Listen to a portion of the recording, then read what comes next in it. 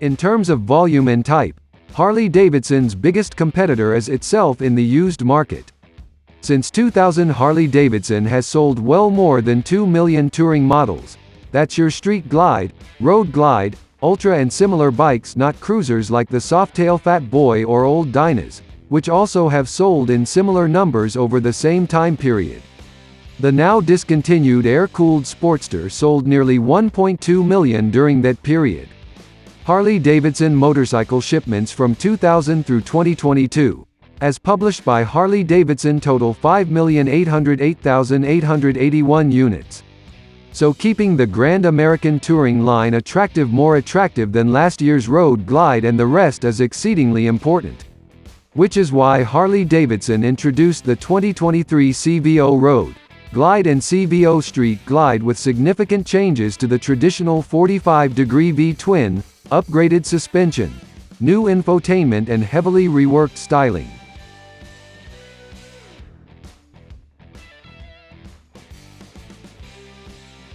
When the new engine fires up, the world also knows exactly what it's hearing. Well, you'll recognize the potato-potato sound as a 45-degree V-twin. But please notice the VVT on the side of this 121C Milwaukee-Eight engine. At long last, a big twin finally has variable valve timing. The VVT moves the single higher lift and longer duration cam through 40 degrees of adjustment, smoothing and increasing power across the rev range. VVT can be more effective working on separate intake and exhaust cams to control overlap.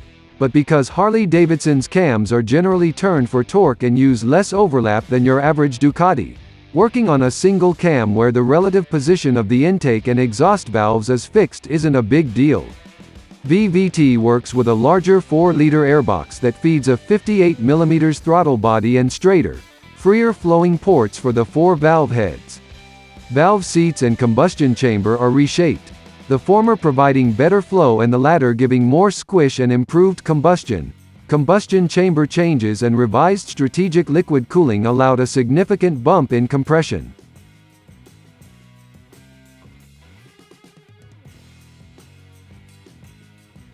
Piston diameter is the same as the 117C Big Twin at 4.075 inches, but a very long 4.625-inch stroke helps this 1,977cc engine produce a claimed 139 pound-feet of torque at 3,000 revolutions per minute, and 115 horsepower at 4,500 revolutions per minute. This compares favorably to the non-VVT 117's claimed numbers of 103 horsepower at 4,750 and 126 pound-feet at 3,500. For reference, the recent breakout 117 we ran on the dyno made 118 pound-feet and 94 horsepower at the rear wheel. Claimed peak output increases for both horsepower and torque tracks, with the roughly 4% increase in displacement between the 117 and 121. But the bigger engine feels like it has more area under these curves, meaning a broader spread of power.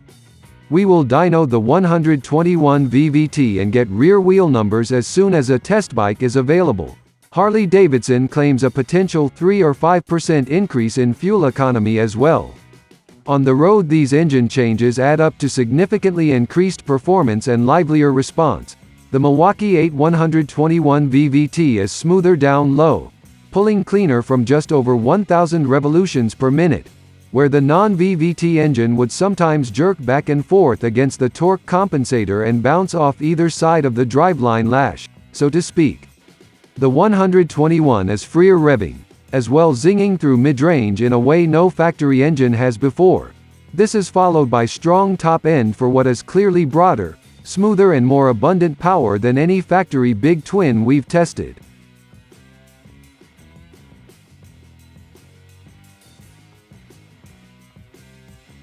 I've ridden many thousands of miles on various glides over the years, and my familiarity was updated with a 500-mile day on a current street glide ST prior to jumping on the CVOs, riding from our Southern California headquarters to Monterey for the Moto America round at WeatherTech Raceway Laguna Seca, including the Mission King of the Baggers races. while the main frame with rubber-mounted engine is largely unchanged from the significantly upgraded 2009 Touring line. The CVO Road Glide and Street Glide have a new inverted 47mm Showa fork with 4.6 inches of travel, larger 320mm Brembo front floating disc brakes and Brembo-branded radial mount calipers. At the rear, a new Showa shock with spring preload and rebound damping adjustment offers a 50% increase in travel. Now 3.0 inches of rear wheel travel is still not a lot, but it's a lot more than 2.0 inches. The old bike did pretty well with that limited rear travel, but it always felt trapped, as the damping or springing tuning tried to keep you in a useful range of travel out back, so there was something left for the next bump. Damping is tuned to suit and the rear ride quality and control is better.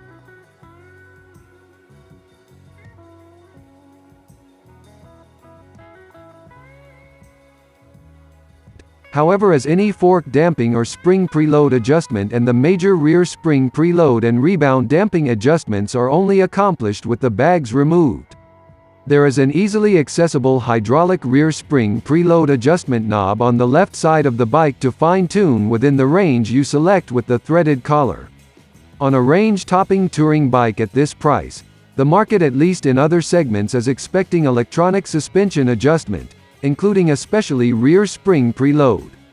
What if, like on the Pan America Adventure bike, rear spring preload and adaptive ride height just took care of itself? What if when you parked the bike could lower itself for that killer slam stance, but add suspension travel or ride height as you fired up and traveled down the road?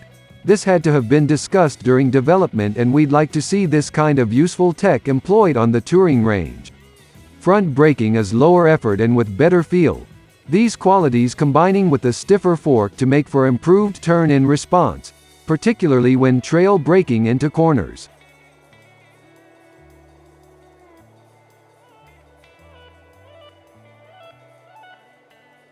The Street Glide's batwing fairing and the Road Glide's fixed fairing are heavily reworked yet also instantly recognizable. Same goes for the reshaped 6.0-gallon fuel tank and slightly larger saddlebags. The 500-mile day on the previous Street Glide I mentioned reminded me that the fairing works pretty well up to about 60 to 65 miles per hour, but buffeting and wind noise increase dramatically at speeds above this, especially in the presence of trucks and under the influence of crosswinds.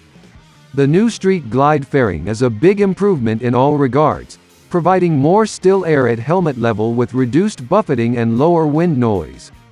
Same for the Road Glide. The fairing appears closer to the rider, which with changes in shape and windscreen design have resulted in smoother air. New taller flatter bars are surprisingly comfortable, and I found them an improvement over the buckhorn design of the older Road Glide design. Both bikes benefit from movable wind deflectors. The Street Glides are on the fork lowers and can be folded flat to let more air flow into the rider cockpit. The Street Glide gets adjustable willy wings that function similarly and are particularly effective.